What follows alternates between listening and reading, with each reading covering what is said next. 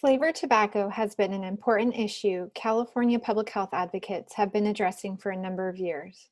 In 2020, a group of state legislators, led by Senator Jerry Hill, introduced Senate Bill 793 with the goal of ending the sale of flavored tobacco products in California.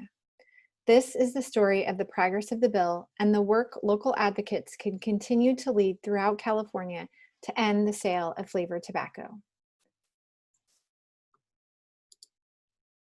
Senate Bill, or SB 793, is a new law that was signed by Governor Newsom on August 28, 2020. The law is scheduled to be implemented on January 1, 2021. The law prohibits the sale of most flavored commercial tobacco products in California. This includes all menthol cigarettes, flavored vaping solutions and pre-filled pods, flavored smokeless tobacco products, flavored little cigars and cigarillos, flavored cigar wrappers, and other flavor product enhancers. In 2009, the Family Smoking Prevention and Tobacco Control Act banned the sale of all flavored cigarettes with the exception of menthol cigarettes. California's new law closes that loophole, so no flavored cigarettes, including menthol, can be sold in our state. While the law includes most flavored products, it does not include all flavored tobacco. There are a few products that were exempt from the law, or in other words, not included in the law. This includes flavored hookah tobacco that can only be sold in adult-only stores, which are open to individuals over the age of 21. Hookah tobacco is typically sweetened with honey or molasses, and oftentimes other flavors are added. A hookah water pipe is used to smoke tobacco. Other flavored products not included in the law are flavored premium cigars that cost at least $12 per cigar and flavored loose leaf pipe tobacco. It's important to note that these products were not left out of the law because they are safe or less dangerous than other flavored tobacco products. In fact, some of these products contain more toxins than cigarettes. As previously shared, Senate Bill 793 was signed into law by Governor Newsom. However, the tobacco industry has already introduced a referendum to overturn the new law.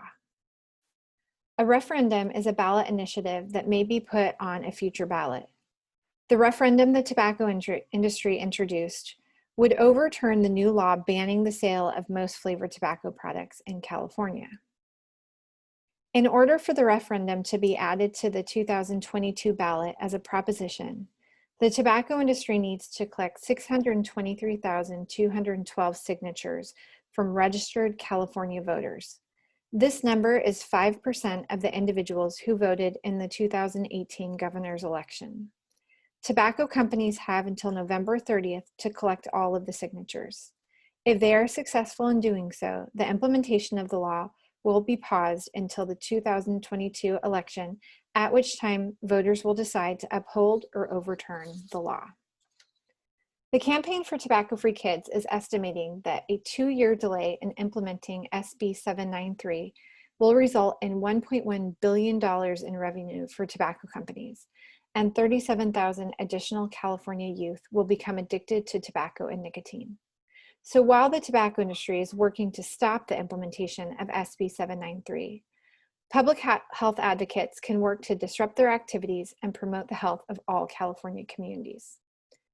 One of the most important things we can do right now is educate our peers, family, and community members on the industry's effort to overturn the new law. Tobacco companies are spreading lies about SB 793, saying it unfairly targets communities of color and will financially hurt the state of California. But in truth, the law protects communities of color from the aggressive sales and marketing tactics the industry has been using for years. And the law will save millions in healthcare costs associated with tobacco use. We have an opportunity to spread the truth about the industry and their dangerous products. We can do this by sharing messages on social media and having conversation with our friends and families about flavored tobacco.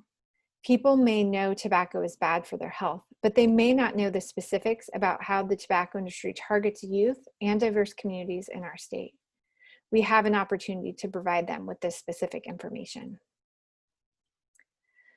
Some of the things that people may not know are that strong public health policies like SB 793 protect diverse communities, specifically the Black community.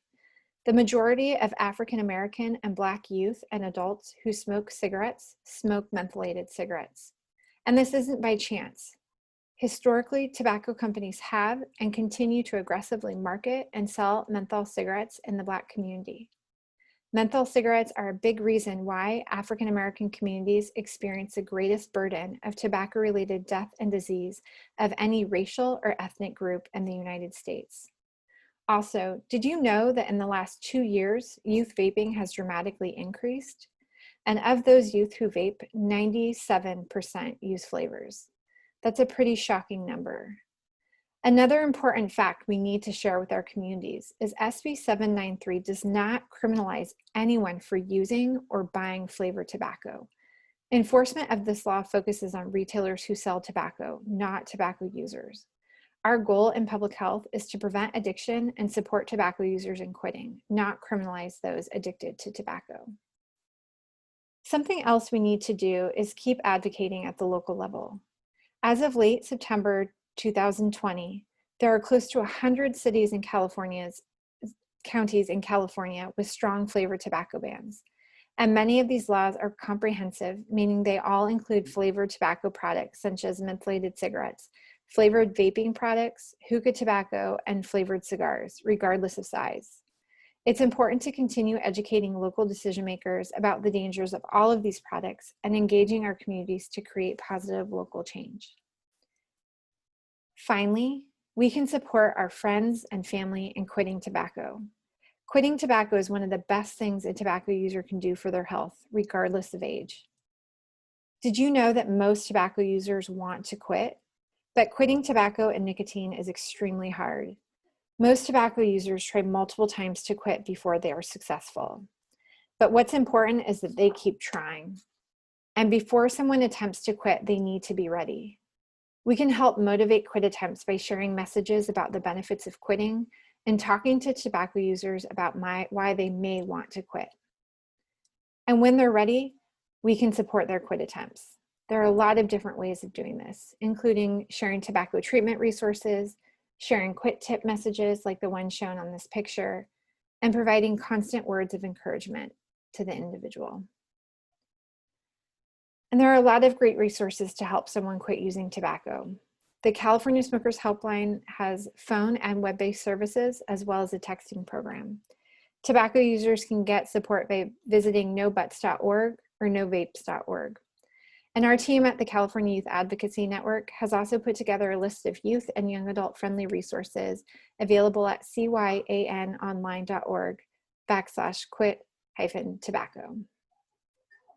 And if you'd like more information about the impact of flavored tobacco on California communities, efforts to end the sale of flavored tobacco, and how the tobacco industry targets youth and diverse populations, check out some of these websites. The sites have a lot of useful information and facts you can share with your friends, family members, and local decision makers. Finally, thanks for all of your efforts to create a healthy and tobacco-free California.